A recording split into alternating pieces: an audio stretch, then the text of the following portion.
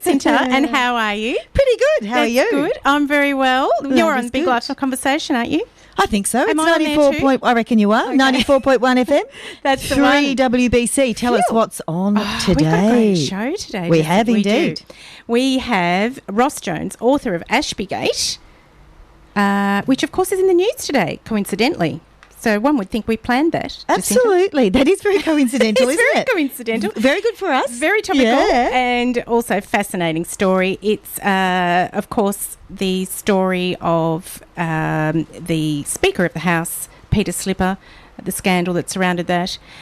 So we'll be speaking to Ross Jones today, and following that we will have some wonderful holistic tips from Yes. Alison Burton. Definitely. I'm looking forward to speak to our guest, Ross Jones. Ross Jones. Now, Over to you, Michelle. Over to me. Okay.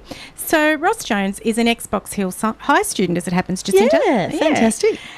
He's also a licensed private inquiry agent, the Sydney Bureau Chief for online news journal Independent Australia, and an author. His new book, Ashbygate, The Plot to Destroy Australia's Speaker, delves into the details behind the Peter Slipper scandal.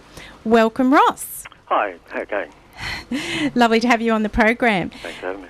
So, firstly, how did you become a private inquiry agent or private detective, Ross? What does the job entail? And is it as glamorous as its depictions in film and television? No, obviously it's not.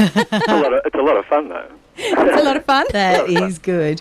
Beats working in an office. Oh, I bet. I bet. I've tried that; it didn't work. Okay. So how did you come to follow that line of work? Oh, it's a long story, really. I mean, I used to be in merchant banking and publishing, and then I just took a break. I was just a bit over it all. And I just started working for a PI company that needed someone to rewrite their reports. Right. So I just started rewriting reports and ended up with my own licence and, went from there. That was about 20 years ago now. Wow. Okay. So what sort of work would you normally... what's a typical day for you, Ross, when you're not writing books? Well, there's no real such thing as a typical day, I suppose. Really, I'm either trying to do a lot of background work on people. A lot of the stuff I do is, like all investigators in Australia, or most of us anyway, insurers are our big payers.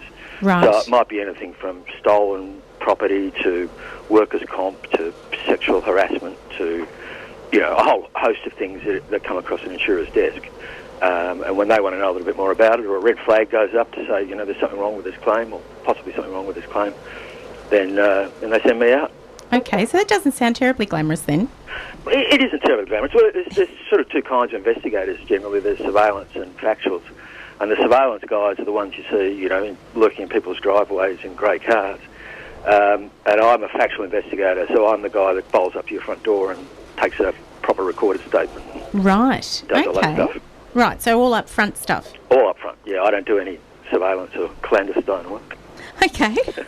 Well, you just shattered all my illusions right there. There you go. It's only books, you see. It's only novels.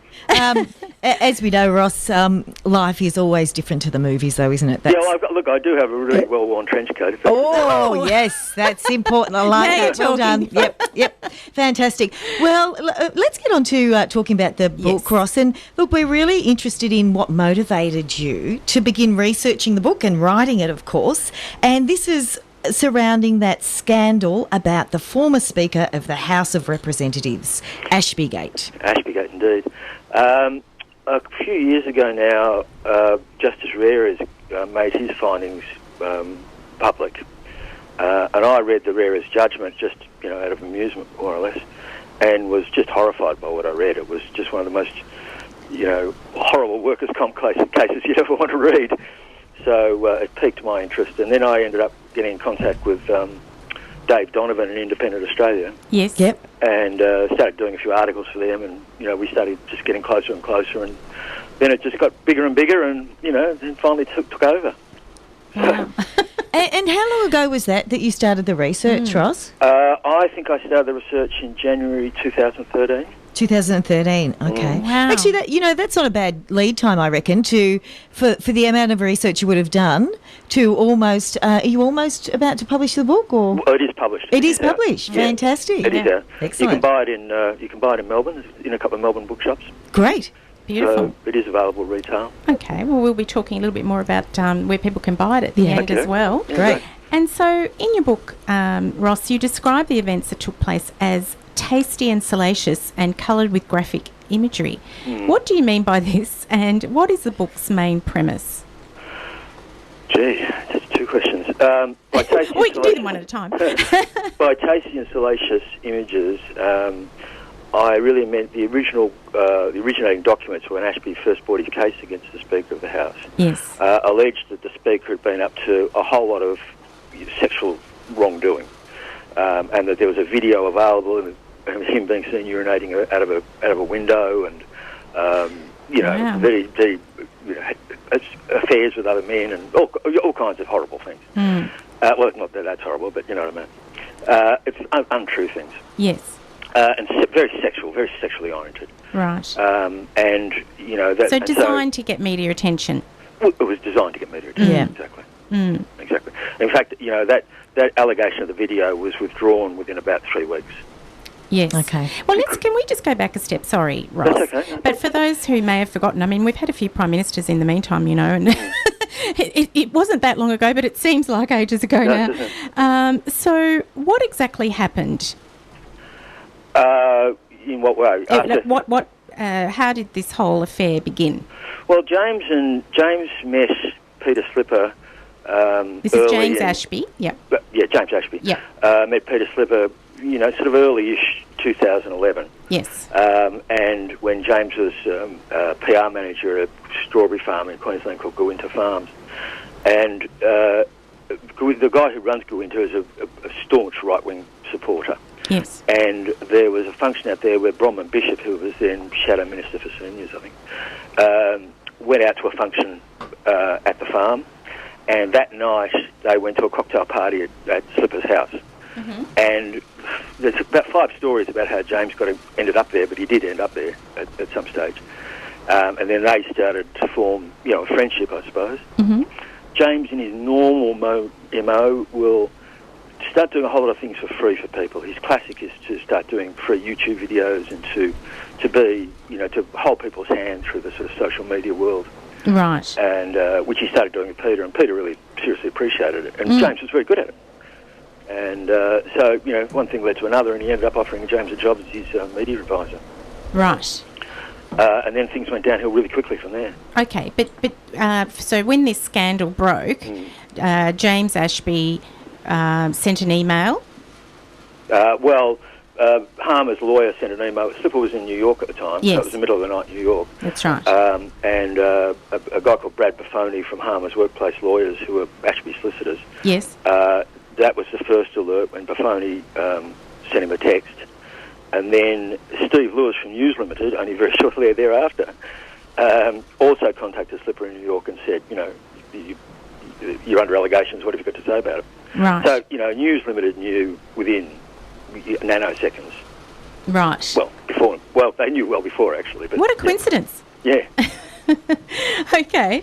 And so, and so he poor alleged... Slipper's blindsided in New York, of course. He's got no idea what's going on. Yes. Absolutely no idea. Yeah. That's right. And so James Ashby had alleged that he'd made that Peter Slipper had made improper advances towards him, and that he had misused government funds. Yeah, the two main ones are that Slipper sexually harassed him on one occasion when they're in Canberra, and another on the Sunshine Coast. Right. There were no witnesses to those events.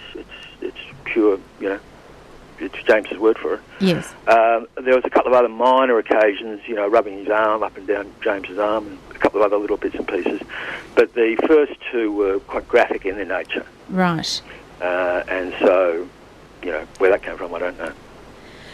Okay, so just taking that a little bit further, just on that, on the details there of the sex scandal, you also say, Ross, that the sex scandal was only topped by the fact that Ashby alleged Slipper had rorted his travel expenses to around, I guess, $980, I think. Yes. And that led to the criminal investigation and his subsequent resignation from Parliament. Now, why do you think that such an extreme approach was taken for Peter Slipper's alleged misuse of expenses? Coalition were out to destroy Slipper. Isn't it? Yeah. So, Ross, what sort of research did you do? How did you obtain all this information for the book? There's a few sources. The first one is the federal court documents were pretty extensive. Ashby's lawyers put in an awful lot of material. There was also subpoenas delivered to Brough and Lewis and Doan.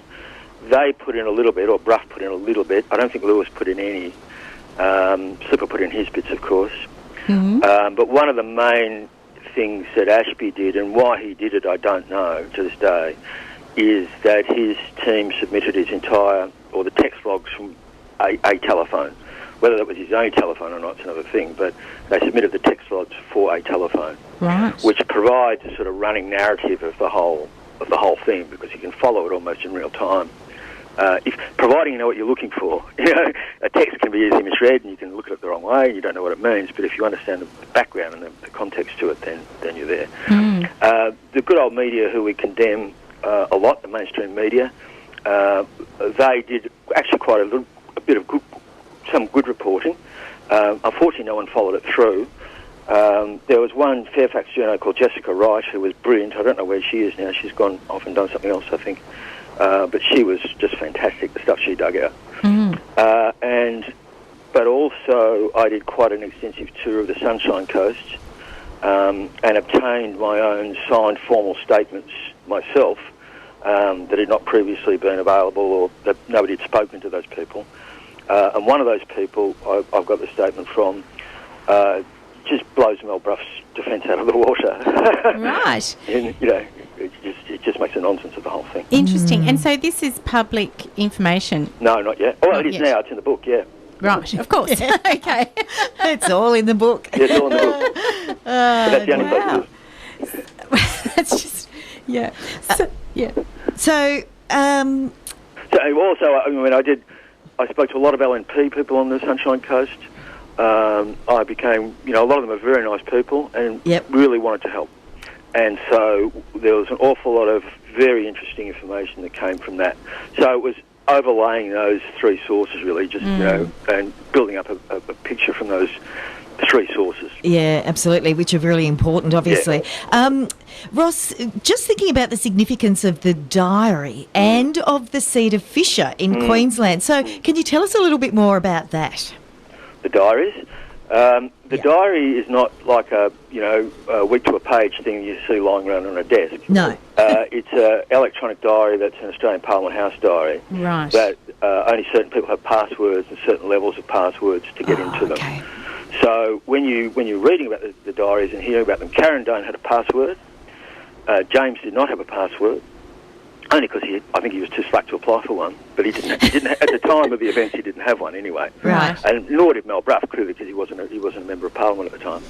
So the only person with access to the diaries was Karen Doan. Okay. Okay, now Karen Dunn is... Doan, yeah, D-O-A-N. Doan, Yeah. sorry. Karen Doan, sorry, she is Peter Slipper's media advisor. Yes. Karen's an American national, had worked out here for people like Quicksilver and, other surfwear purveyors. Yeah. And had done sort of PR and media for them. And she took a job with Peter not long before James started. So we're talking the end of 2011, start of 2012. Right. Wow. Okay, and in terms of the seat of Fisher, Ross, the significance there. Well, you mean now or then? At the time. Well, at the time, the Australian Parliament was on a complete knife edge. Nobody had any numbers at all to play with, and if Craig Thompson was about to go down, Yes. and he was on the crossbenches.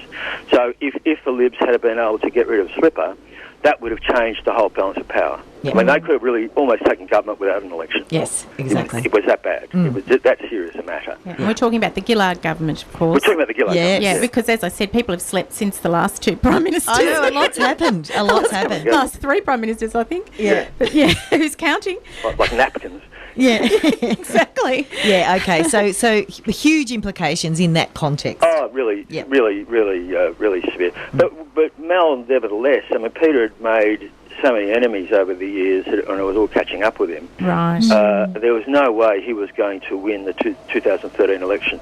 Mel Brough was prohibited from these internal because the Liberals and the Nationals had merged in Queensland sometime before, and when they did that, they made an agreement with the Liberals that they wouldn't be up for pre-selection for the next election.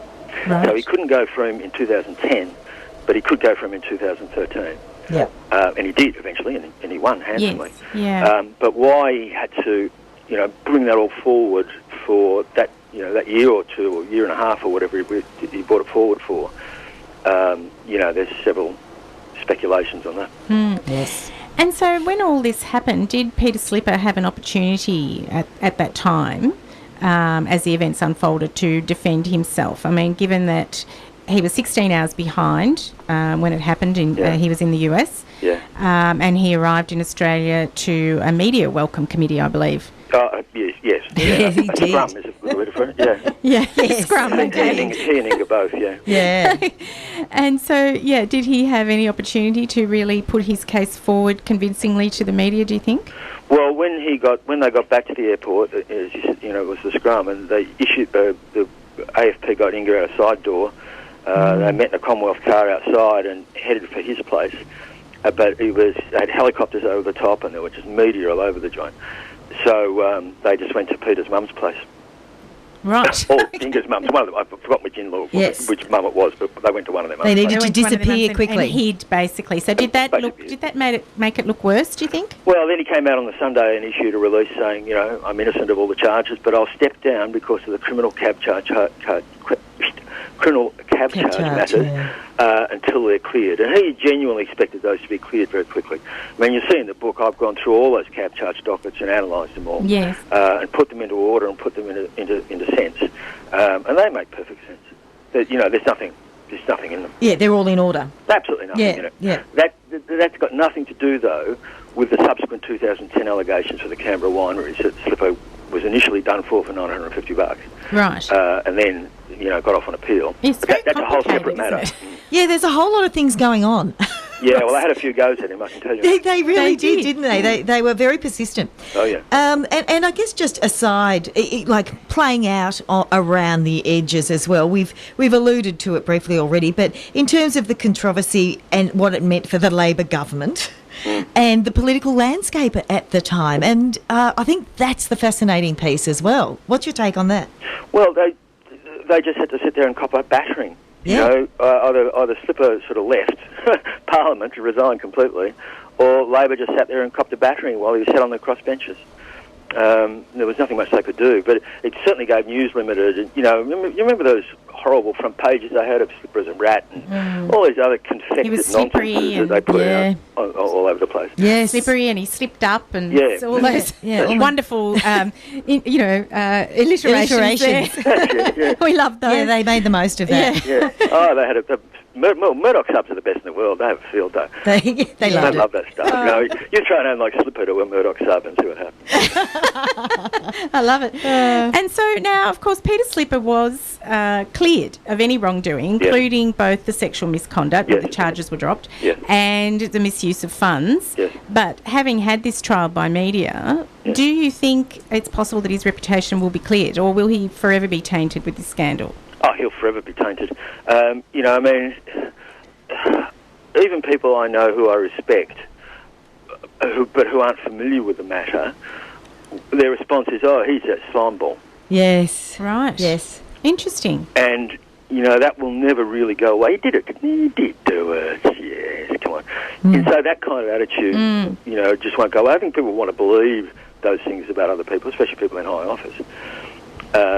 And so, no, I don't think he'll ever recover. No, and there wasn't even a dingo involved, so it's not much. But his marriage is gone. Well, And, yeah. he lost an awful lot of money. Yes.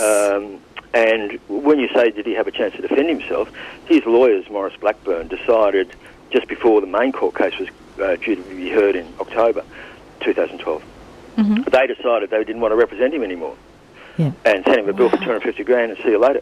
So when it started to happen, Slipper was just on there on his own. On his own, literally on his own. Literally on his own, yeah. And it's interesting, as you say, Ross, that people may not remember, all the ins and outs of this story, because it is really complicated and complex, lots of moving parts.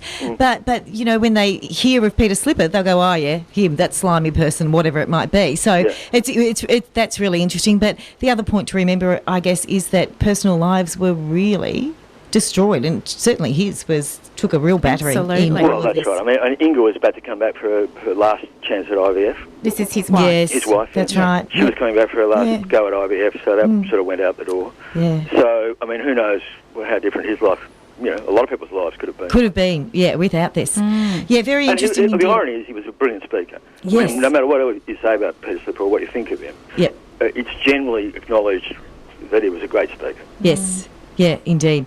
And look, much more to come. Studio 3WBC 94.1 FM, Big Life Conversation. We're speaking with Ross Jones, author of Ashbygate. And now, Ross, of course, this is all in the news again as we speak, because currently there is a new drama unfolding involving James Ashby and also Mel Bruff, Christopher Pine and Wyatt Roy. What are your thoughts on that? What a lineup. My thoughts on it. Okay, well, perhaps what is, in your view, what is actually unfolding now? Well, look, I hope things are unfolding as they seem to be, as they appear to be on the surface. That is, that the AFP have decided that there are grounds to investigate the allegations against Bruff, Doan and Ashby regarding the diary. And they basically, in effect, were the offences against the Crimes Act and the Crimes Code. But they basically, in effect, say that Mel Bruff groomed James Ashby to groom Karen Doan to procure the diaries. Right. Then she gave them to James gave them to Mel, and Mel gave them to Steve Lewis. Wow. Oh, dear. Did we all catch that? Oh, my goodness. Okay. And so that's the nub of their charges. And they're quite serious charges. Yes, I mean, absolutely. because Doan and Ashby were Commonwealth officers, yeah. their terms of imprisonment for a couple of years. If the AFP warrant that we saw, if those charges are held, I mean, I don't think they will go to jail, but the possible jail term's 2 years. Yeah. Yeah. Wow. Okay, I'm sure no one wants. And It's a long time in a green t-shirt. Yeah, it is, isn't it? Yeah, and so then to some degree, he will be vindicated, won't he? If that does actually come to fruition. Peter Slipper will be vindicated. Peter Slipper. Yes. Which will be very interesting as well. Yeah. Well, in my mind, I think he already is. Rare's judgment in 2012, he decided that Doan, Bruff and Ashby had conspired. Yes. And that the whole thing was an abuse of the court process designed to further the interests of the Liberal National Party. Mm-hmm. And he threw the court case out on that basis. Yeah. Had he not done that, had he actually gone through the whole thing and subpoenaed Bruff and Lewis and Doan and put them all in the box and made them talk, we would have a completely different view of all this. So part of the mystique about this whole thing is that Rare, for good or bad, for whatever reason, he shut it down as an abuse of the court process. Threw the matter out. Water costs against Ashby and threw the matter out. Right. They then put in a leave to appeal. Now, a leave to appeal is just that. It's a leave to appeal. They're seeking leave to appeal. It's not an appeal. So they put in a seeking leave to appeal, and during that period, Mel Bruff saying, I can't comment, it's under appeal. And Abbott saying, I can't comment, it's under appeal. It actually wasn't. And similarly, the AFP was saying, we can't investigate it because it's under appeal. Right. And is this why it's taken so long then? Well, I think they could have moved a little bit sooner than this. I mean, really, an evidentiary chain's, pretty hard to establish in the best of times, let alone one that's a couple of years old. So I suspect a lot of that stuff's gone. So whether they find any more... But there is enough in the basic court documents, I think, in my view, to substantiate that warrant. But just going back to my original point, after Rare threw it out and they appealed, the three appeal judges, Justices Siopsis, Mansfield and I've forgotten the other bloke's name now, but two of them decided that Rare was wrong in law. He'd erred in law. Okay. By throwing it out. Yeah. Right. Oh. The third judge said, no, Rares was right, and he denied the leave to appeal. Nevertheless, the other two granted it. So when Mel Bruff goes, I was completely exonerated, that's just simply not true. What they said was rare as it erred in law. That's a whole different thing to saying Bruff's exonerated. Yes, yeah, indeed it is. And The plot thickens. and with Mel yeah. Bruff's current role in Parliament too, it's going to be very interesting for him to manage that. Untenable, I think, is a good word. Yeah, could well be. Ross, interestingly enough, yeah, we're talking about these events that happened in 2012, essentially. So, you know, it's a long time ago. As we said, we've had at least 3 Prime Ministers since then. Now, in your opinion, how have the events really affected or will continue to affect, perhaps, the Australia's political landscape? What does that look like in your view? Well, if the AFP charges are laid, because James Ashby is now the pilot for Pauline Hanson, so that would probably ground Pauline for a little bit.